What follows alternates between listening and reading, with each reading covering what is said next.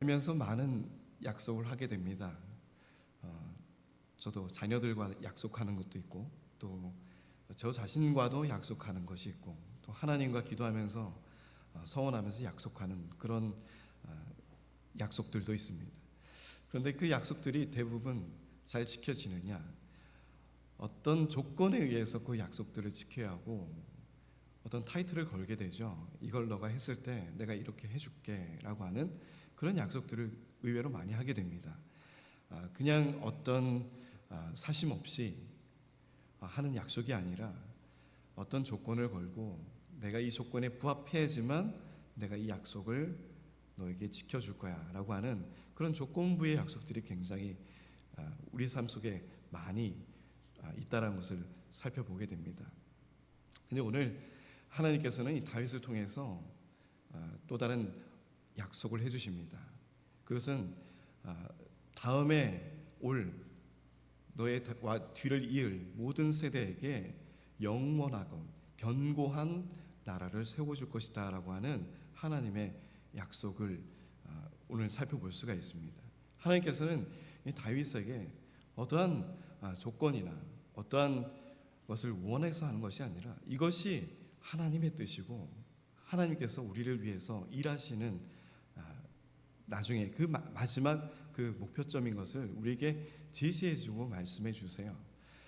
오늘 다윗은 하나님에 대해서 다시금 인식의 변화를 받게 됩니다.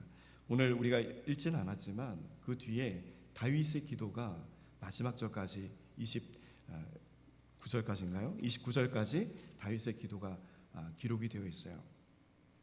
하나님을 향한 다윗의 하나님의 그 규모와 크기가 우리가 한정되어 있고 자기가 보는 관점에만 그 틀에만 메어져 있던 다윗의 하나님에 관한 이 관점이 그 시야가 넓어짐을 통해서 뿜어져 나오는 감사와 감격의 기도가 오늘 다윗의 기도를 통해서 살펴볼 수가 있습니다. 제가 예전에 쿠팡 배송을 해봤어요. 새벽에 뭐 새벽 1시, 2시 요때쯤 하고 이제 새벽 기도하고 그랬었는데 아파트 단지를 가게 되면 제가 못하는 게 동서남북을 구분을 못합니다. 아파트 속 안에 이렇게 갇혀져 있으면 어디가 동쪽이고 북쪽인지를 분별을 못하는 거예요. 그래서 갇혀져 있다는 느낌이 들어서 어디로 가야 되는지 방향을 잃게 됩니다. 근데 이제 지도를 딱 펴게 돼요. 거기에 주는 앱이 있는데 지도를 딱 보면 내가 어디 위치에 있고 몇 동에 있고 이것이 하늘에서 딱 이렇게 비춰지면서 지도로 내 위치를 정확하게 표현해 주고 있어요. 그래서 그걸 보면 내가 어디에 있고 어디에 있는지를 또 어디로 가야 되는지를 금방 그 길을 찾게 되죠. 어찌 보면 우리는 인생을 살면서 이런 아파트의 둘레 속에 담겨져 있는 우리의 자신의 모습을 발견할 때가 있습니다.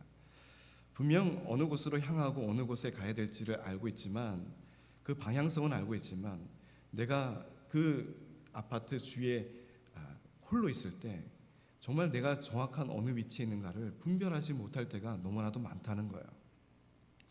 오늘 우리가 하나님을 바라볼 때 우리의 인식의 틀 안에서만 하나님을 바라볼 때가 너무나도 많다는 것입니다. 그래서 뭐라 그러죠? 나무만 보지 말고 숲을 보라고 말씀하잖아요.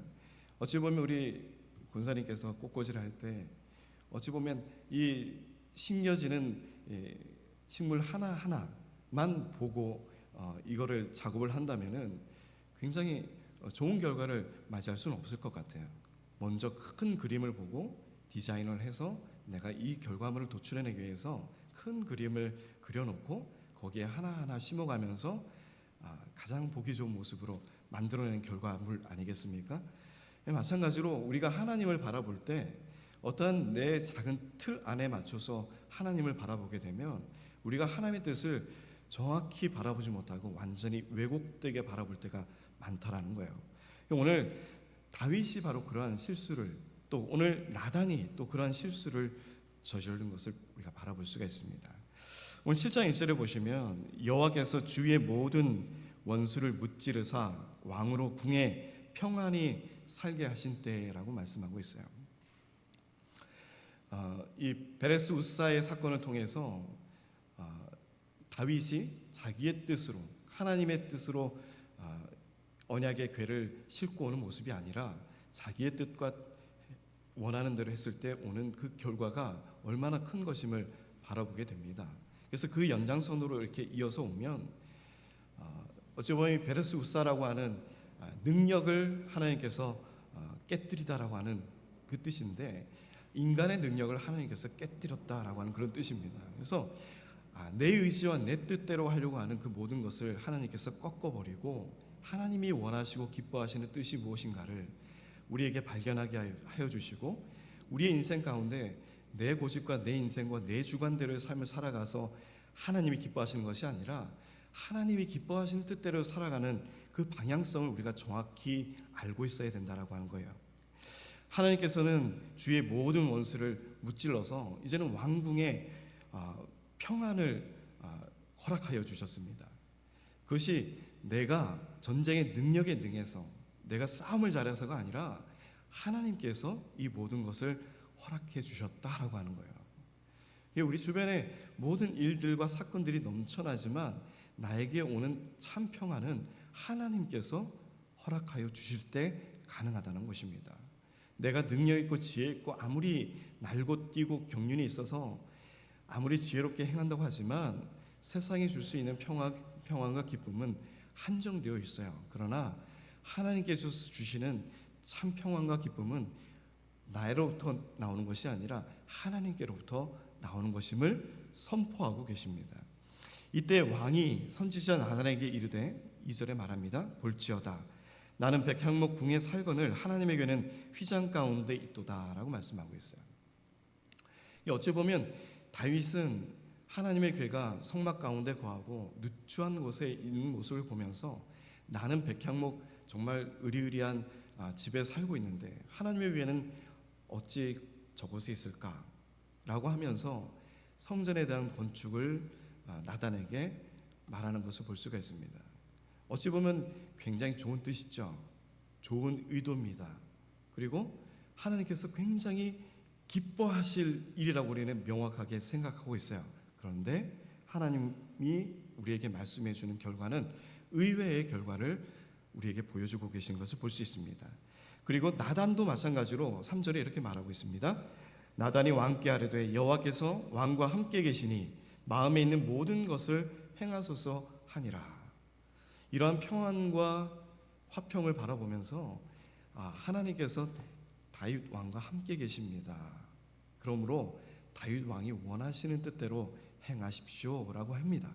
그런데 오늘 이 3절까지 오면서 다윗은 하나님께 구하거나 하나님께 묻거나 하나님께서 응답하신 결과로 이 일을 정하지 않았다라고 하는 것을 먼저 염두에 두시기 바랍니다.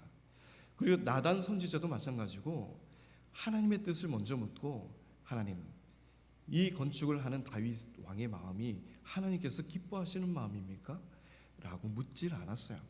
그저 그들이 바라보고 있는 이 평안과 하나님이 주시는 이 복이로 말미암아서 당신이 원하는 뜻대로 하십시오. 하나님의 뜻이 아니라 당신이 원하는 뜻대로 하십시오라고 하는 것이 나단의 결론이었습니다. 그런데 4절에 보시면 그 밤에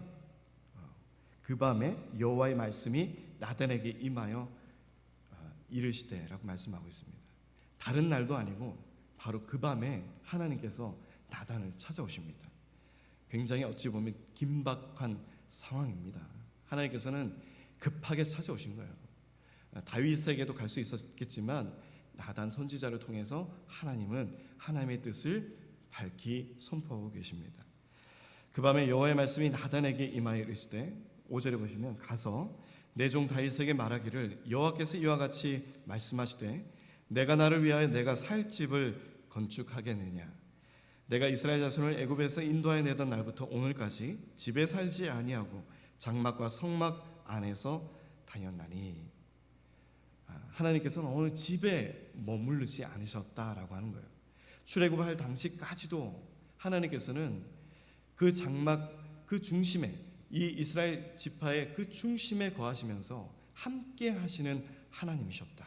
어느 곳을 행하시든 그와 함께 움직이시고 함께 하시는 하나님이었다라고 선포하고 계시는 거예요. 내가 어떤 백향목 집을 원했냐? 너희가 나를 위해서 집을 만들어주는 그곳에 내가 거하기를 원한 적이 있었느냐라고 하는 거예요.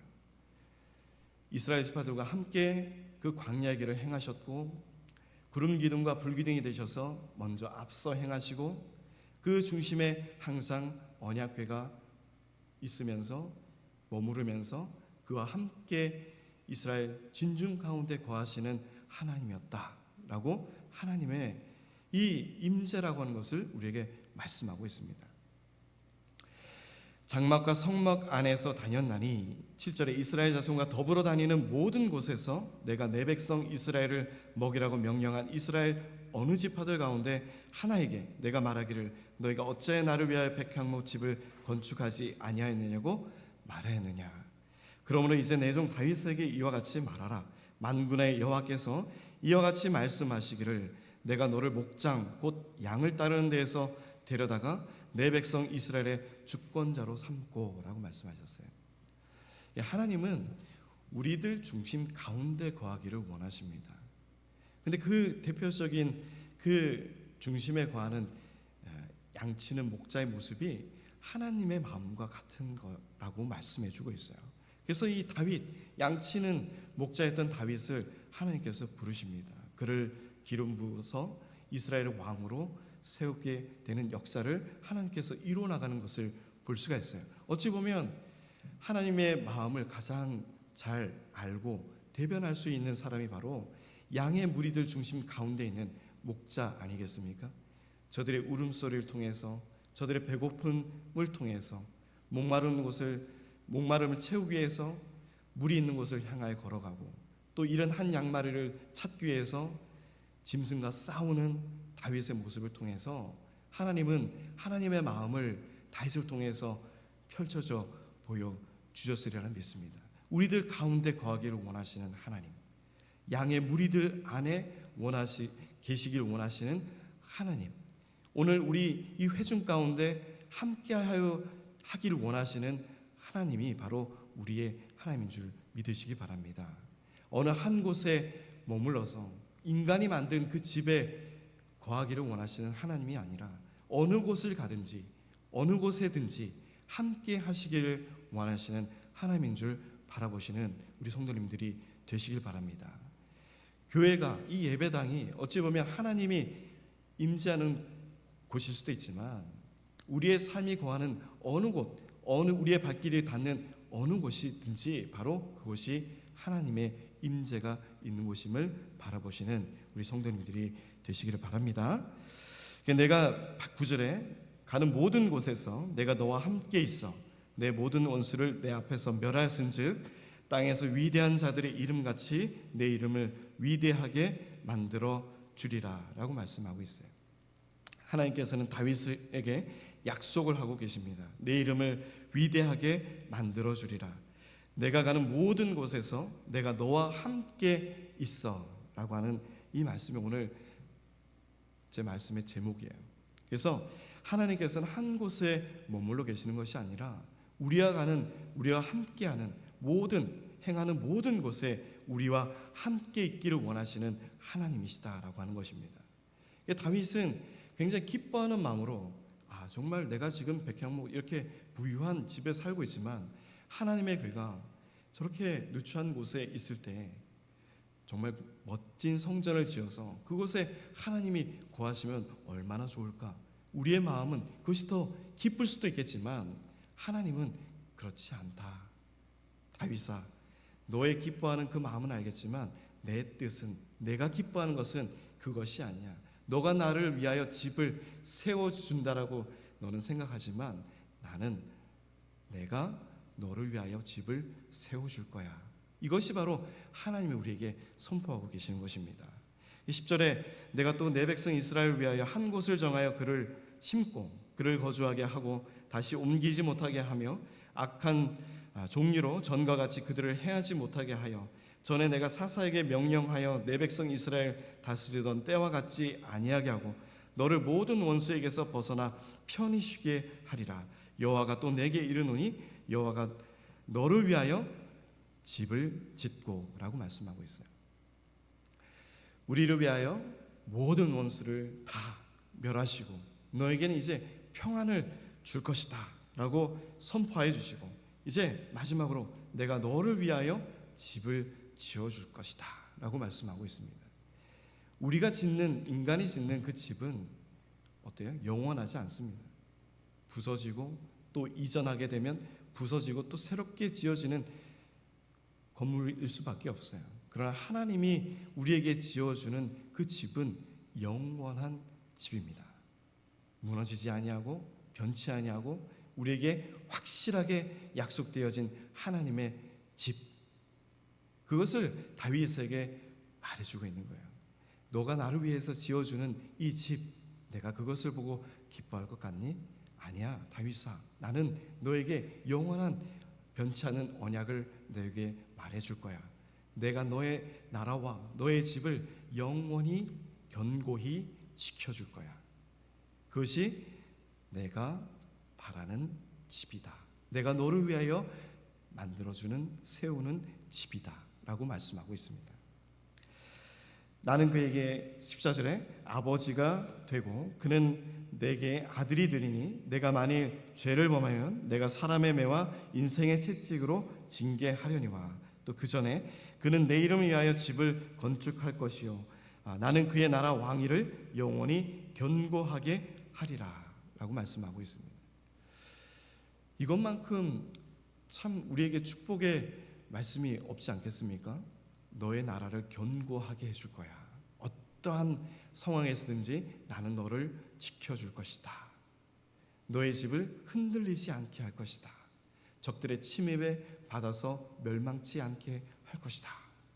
그래서 북이스라엘은 여러 왕들이 세대에 걸쳐서 잘하는 왕도 있고 흥한 왕도 있지만 결국엔 다 부서지고 멸망한 왕이 됩니다. 그러나 유대의 왕의 역사는 하나님께서 끝까지 지켜주는 것을 볼 수가 있어요. 하나님의 약속이 견고하게 이루어져 나가는 것을 볼 수가 있습니다. 그리고 오늘 이 말씀을 통해서 다윗이라고 하는 이름 무엇이죠? 사랑하는 자라고 하는 이름 아니겠습니까? 그리고 다윗을 통해서 나오는 세 번째 왕 누구죠? 샬롬, 평안이라고 표현한 이 솔로몬 왕 아니겠습니까? 그래서 이 솔로몬의 왕의 원래의 이름은 여디디아라고 하는 이름이에요. 하나님께서 그를 사랑하사라고 하는 뜻입니다. 솔로몬도 하나님께서 그를 사랑하는 자라고 표현하셨어요. 하나님께서 사랑하는 자를 우리에게 보내주십니다. 누구실까요? 예수 그리스도이십니다. 바로 다윗과 이 솔로몬의 왕조를 통해서 그 후대에 이어질 견고한 성인 바로 예수 그리스도를 우리에게 보여주고 약속해 주는 것을 바라볼 수가 있어요. 그래서 다윗에게 이 약속을 하신 것은 다윗의 이 시대에만 약속을 하시는 것이 아니라 다윗 후대를 통해서 이루어지는 왕조를 견고히 세우시고 후에 오실 예수 그리스도를 예표하면서 나의 사랑하는 자들을 통해서 하나님께서 이루어나가는 구원의 역사를 우리에게 보여주는 것을 바라볼 수가 있다라는 거예요. 다윗은 단순히 하나님의 전을 세우는 것이 목표였고 목적이었지만 하나님께서는 그것을 뒤집어 버리십니다. 우리의 인식과 안목을 전혀 그것이 아니다라고 뒤집어 주고 계세요. 우리는 지금 새로운 건물, 새로운 예배당 건축해서 하나님께 딱 드리면 하나님이 너무 기뻐하실 것 같으시죠? 우리의 마음은 거기를 향해 있습니다. 우리의 마음은 그래요. 근데 하나님께서 정말 그것을 기뻐하실까? 하나님께서 무엇을 기뻐하실까? 우리 세대를 통해서, 우리의 입술을 통해서, 우리의 발걸음을 통해서 믿지 않는 세대들에게 복음을 전하고 예수 그리스도를 전하여서 주님의 몸된 교회를 세워나가는 그 참된 성전을 세워나가는 것을 하나님께서 더 기뻐하지 않으실까? 우리는 멋진 교회를 세워나갈 수 있습니다. 예배당을 세워나갈 수 있어요. 그러나 하나님께서 기뻐하는 것이 무엇인가에 먼저 주목해야 됩니다. 예배당이 크고 아름다우면 뭐합니까? 그 안에 성도가 없으면 하나님이 기뻐하시겠습니까? 하나님께 예배드리고 찬양하며 뜨겁게 예배하는 자들이 많이 모여서 부흥하고 성장하는 모습을 바라볼 때 하나님이 기뻐하지 않으시겠습니까? 그 규모 안에서 이곳에만 내가 임재할 거라고 하나님께서 선포하시겠습니까? 아닙니다. 우리의 발걸음이 닿는 곳에, 우리가 주를 위해서 일하는 그곳에 하나님께서 함께해 주시고, 우리의 입술을 통해서 믿지 않는 자들에게 복음을 전하게 해 주시고, 그 복음 사역을 통해서 하나님의 임재를 나타내며 주의 몸된 교회를 세워나가는 아름다운 모습을 바라볼 때 하나님께서 진정 그 모습이 교회를 세워나가는 것이다, 우리에게 말씀해 주실 것입니다. 우리의 안목이 우리의 생각에서만 그쳐지지 않기를 원합니다. 하나님이 진정 무엇을 기뻐하실까? 거기에 먼저 초점을 맞출 수 있는 우리의 믿음이 되시기를 주님의 축복드립니다. 오늘 14절에 보시면 나는 그에게 아버지가 되고 그는 내게 아들이 되리니 라고 말씀하고 있습니다. 그리고 그가 만일 죄를 범하면 내가 사람의 매와 인생의 채찍으로 징계하려니와 라고 말씀하고 있어요. 어찌 보면 우리 인생에 살아가면서 가장 몽둥이 같은 것은 어찌 보면 사람이라고 할 수 있습니다. 나에게 가장 아픔을 주고 때로는 힘들게 하는 몽둥이 같은 것이 그냥 어떤 막대기 이런 작대기가 아닙니다. 바로 사람, 내 주변에 사람이 바로 그러한 역할을 한다라고 하는 거예요. 하나님께서 우리가 예배 생활을 하고 또 믿음 생활을 할 때 이러한 사람을 통해서 오는 연단과 고난이 없으면 하나님께서 아직 우리를 받아들이지 않으셨다라고 바라보셔야 됩니다. 우리에게 믿음 생활을 하면서 사람을 통해서 오는 연단과 고통과 고난이 있을 때 하나님께서 나를 정말 사랑하시는구나, 하나님께서 나를 정말 양자 삼으셔서 사생자가 아니라 양자 삼으셔서 정말 나를 때론 치시기도 하고 나를 때로는 감싸 안아주시기도 하면서 나를 정말 사랑하시는구나, 사람을 통해서 우리에게 매를 들고 막대기로 표현하시는 하나님의 그 사랑의 표현을 받으시고 또 그것을 감사히 여겨주지 않은 우리 믿음의 성도님들 되시기 바랍니다. 하나님께서는 사랑하는 자를 이렇게 징계하시고 또 채찍질하십니다. 15절에 내가 내 앞에서 물러나게 한 사울에게서 내 은총을 빼앗은 것처럼 그에게서 빼앗지는 아니하리라. 내 집과 내 나라가 내 앞에서 영원히 보존되고 내 왕위가 영원히 견고하리라 하셨다 하라. 나단이 이 모든 말씀들과 이 모든 계시대로 다윗에게 말하니라 라고 말씀하고 있어요. 이 나단의 말을 딱 들었을 때 다윗은 어떠한 마음을 가졌을까요? 18절에 이렇게 표현하고 있습니다. 다윗 왕이 여호와 앞에 들어가 앉아서 이르되, 여호와 앞에서 그리고 앉아서, 어찌 보면 기도하는 모습의 한 형태겠죠. 앉아서 이르되 주 여호와여 나는 누구이며 내 집은 무엇이기에 나를 여기까지 이르게 하셨나이까 라고 하는 것입니다. 하나님 앞에 나를 철저하게 바라보는 다윗의 모습을 바라볼 수가 있어요. 하나님, 저는 어린 목동이었습니다. 양을 치는 그냥 정말 아무 일, 특별한 일을 하지 않는 그러한 양치는 소년이었습니다. 자기를 돌아보게 돼요. 백향목에 거할 때, 웅장한 집에서 살 때는 정말 내가 왕이구나 이러한 마음으로 살았지만 그 여유로움에 나오는 그러면 이제 하나님의 손을 어떻게 좀 해볼까 이런 마음이 있었지만 이제 하나님의 뜻을 밝히 깨닫고 나니 자기를 돌아보게 되는 거예요. 내가 어떠한 사람이었구나, 하나님 앞에서 내가 어떠한 사람으로 택함받고 불림받고 지금 이 자리에 있게 되었구나, 나를 철저하게 돌아보는 다윗의 모습을 바라볼 수가 있습니다. 내 집은 무엇이기에 나를 여기까지 이르게 하셨습니까? 주 여호와여, 주께서 이것을 오히려 적게 여기시고 또 종의 집에 있을 먼 장래일까지도 말씀하여 주셨습니다. 주 여호와, 이것이 사람의 법입니다. 먼 미래 나의 일까지도 하나님께서 말씀해 주십니다. 주여 나는 주의 종을 아시오니 다윗이 다시 주께 무슨 말씀을 하오리까? 주의 말씀으로 말미암아 주의 뜻대로 이 모든 큰 일을 행하사 주의 종에게 알게 하셨나이다. 21절에 이 기도를 통해서 이제는 내 모든 것을 꺾고 이 모든 것이 하나님의 뜻대로, 주의 뜻대로 이 모든 큰 일을 행하십시오. 이렇게 하나님의 관점으로 기도가 바뀌어 나가는 거예요. 그런즉 주 여호와여 주는 위대하시니 이는 우리 귀로 들은 대로는 주와 같은 이가 없고 주 외에는 신이 없음이니이다. 땅에 어느 한 나라가 주의 백성 이스라엘과 같으리이까? 하나님이 가서 구속하사 자기 백성으로 삼아 주의 명성을 내시며 그들을 위하여 큰 일을, 주의 땅을 위하여 두려운 일을 애국과 많은 나라들과 그의 신들에게 구속하신 백성 앞에서 행하셨사오며 주께서 주의 백성 이스라엘을 세우사 영원히 주의 백성으로 삼으셨사오니 여호와여 주께서 그들의 하나님이 되셨나이다.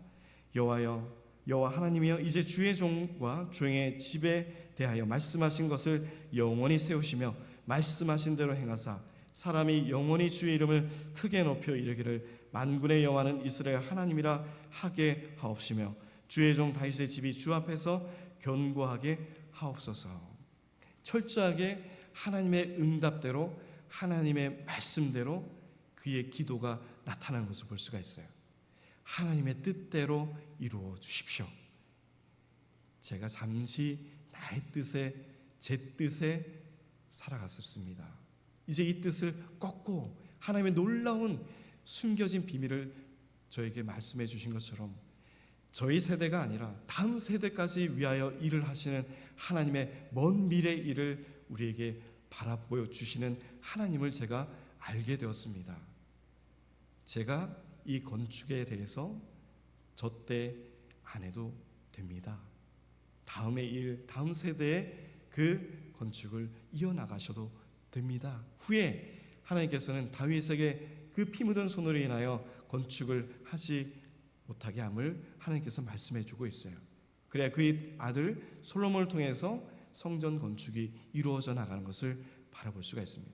다윗이 왜 섭섭해하지 않았을까요? 내가 모든 것을 다 준비하고 내 능력과 내 힘으로도 충분히 이것을 감당하고 할 수 있는데 하나님께서 다윗아 너의 다음의 일 솔로몬에게 나는 성전 건축을 맡길 거야. 너는 전쟁을 해서 손에 피가 많이 묻어 있어. 그런 말을 들을 때 얼마나 다윗이 섭섭했겠어요. 그러함에도 하나님께서 그에게 섭섭하지 않은 마음을 들게 할 수 있었던 것은 오늘 이 다윗의 기도를 통해서 바라볼 수가 있습니다. 하나님이 계획하시고 준비하신 것이 무엇인가? 영원히 변치 않고 무너지지 않는 견고한 하나님의 집을 세워나가는 것이 바로 나를 통해서 이루어져 나가는 것이구나. 하나님은 나를 통해서 이러한 계획을 가지고 계시는구나. 내가 단지 내 눈으로 보기 좋은 성전을 세워나가는 것이 하나님이 기뻐하시는 일인 줄 알았지만 하나님은 그것을 완전하게 꺾어버리세요. 내가 기뻐하는 것은 너를 통해서 영원히 변치 않는 견고한 집을 너를 통해서 세워나가는 것이야.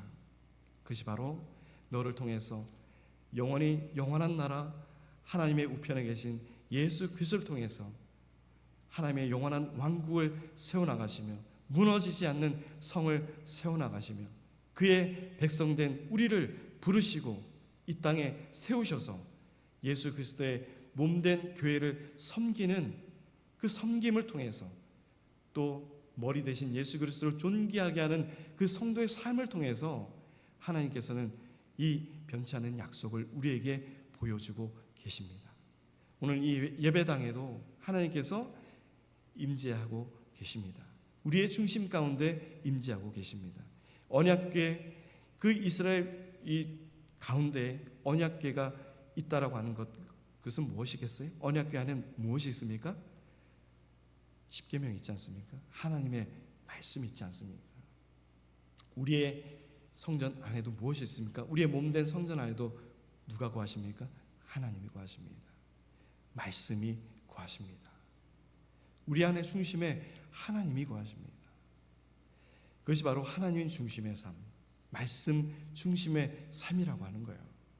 그래서 우리가 어느 곳에 있든지 두세 사람이 모여서 기도하고 예배 드릴 때 그곳이 바로 교회라고 하는 곳입니다. 우리는 이러한 건물로만 교회를 바라봐서는 안 된다고 하는 거예요. 하나님은 하나님을 사랑하는 자, 다윗의 이름처럼, 또 하나님께서 사랑하셨다라고 하는 이 솔로몬의 여디디아의 이름처럼 하나님을 사랑하고 하나님을 바라보고 온전히 예배드리는 자들 안에 오늘도 그 중심에 계시길 원하시고, 우리가 어느 곳에 있든지 일주일에 한 번 주일날 모여서 예배드리는 그 한 시간만 하나님께서 기대하고 고대하고 기다리셔서 아이고 잘 왔다, 일주일 동안 고생 많았네, 오늘 한 시간 만나니 너무나도 하나님이 기뻐 라고 말씀하시는 하나님이 아니시다라고 하는 거예요. 어느 곳에 있든지 하나님을 사랑하는 그 마음을 가지고 하나님을 인식하면서 어느 곳에 있든지 우리와 함께 계시는 하나님을 바라보실 때 그것이 바로 우리가 세워야 될 교회의 모습이고 하나님이 기뻐하시는 성전의 모습임을 바라볼 수 있는 우리 성도님들이 되시기를 주님의 이름으로 축복드립니다. 27절에 만군의 여호와 이스라엘 하나님이여 주의 종의 귀를 여시고 이르시기를 내가 너를 위하여 집을 세우리라 하셨으므로 주의 종이 이 기도로 주께 간구할 마음이 생겼느니라. 주의 종의 길을 여시는 하나님, 내 막힌 길을 열어주시고 하나님의 뜻을 들려주시고 이 뜻에 감동하여 하나님께 드려지는 이 간구의 기도를 드리는 다윗의 마지막 고백을 바라볼 수가 있습니다. 하나님의 뜻이 무엇인지를 이제 알게 되었습니다. 간구할 마음이 생겼습니다. 하나님의 뜻이 무엇인지를 이제 알고 이제 하나님께 간구하며 기도드립니다. 하나님의 뜻을 아는 것, 그것이 중요한 것입니다. 내가 기뻐하는 일에 하나님이 기뻐할 거야 라고 막연한 추측과 기대를 가지고 가는 것이 아니라 먼저 하나님께 묻고, 하나님, 이것이 하나님께서 기뻐하신 것입니까? 저희 세대에 이것을 이루어가는 것이 하나님의 뜻입니까? 먼저 묻고 나아갈 수 있는 우리 성도님과 또 우리가 되었으면 하는 바람입니다. 28절에 주 여호와의 오직 주는 하나님이시며 주의 말씀들이 참되시니이다. 주께서 이 좋은 것을 주의 종에게 말씀하셨사오니 이제 청하건대 종의 집에 복을 주사 주 앞에 영원히 있게 하옵소서. 주 여호와께서 말씀하셨사오니 주의 종의 집이 영원히 복을 받게 하옵소서 하니라. 오늘 다윗이 이렇게 기도로 하나님께 아침을 바라볼 수가 있어요. 주 앞에 영원히 있게 하옵소서. 주의 복이 저희 앞에 영원히 있게 하여 주옵소서. 하나님의 뜻이 무엇인지를 알게 되었습니다. 저의 시를 통해서 다음에 오실 예수 그리스도를 바라보시는 하나님의 놀라운 경륜을 알게 되었습니다. 저를 통해서 영원히 그 기업을 세워 주시옵소서. 영원한 복을 저에게 허락하여 주시옵소서. 이것이 다윗의 변화된 마음이었고 변화된 기도자의 모습이었습니다. 철저하게 나의 뜻이 아니라 이제 하나님의 뜻을 바라보며 하나님과 함께하는 다윗의 모습을 통해서 오늘도 우리가 드려지는 기도가, 기도의 제목이 내가 정해놓고 하는 기도가 아니라 하나님의 뜻이 무엇인지를 분별하면서 정말 간구하며 하나님의 뜻을 먼저 묻는 기도자의 모습으로 우리가 변화되기를 주님의 축복드립니다.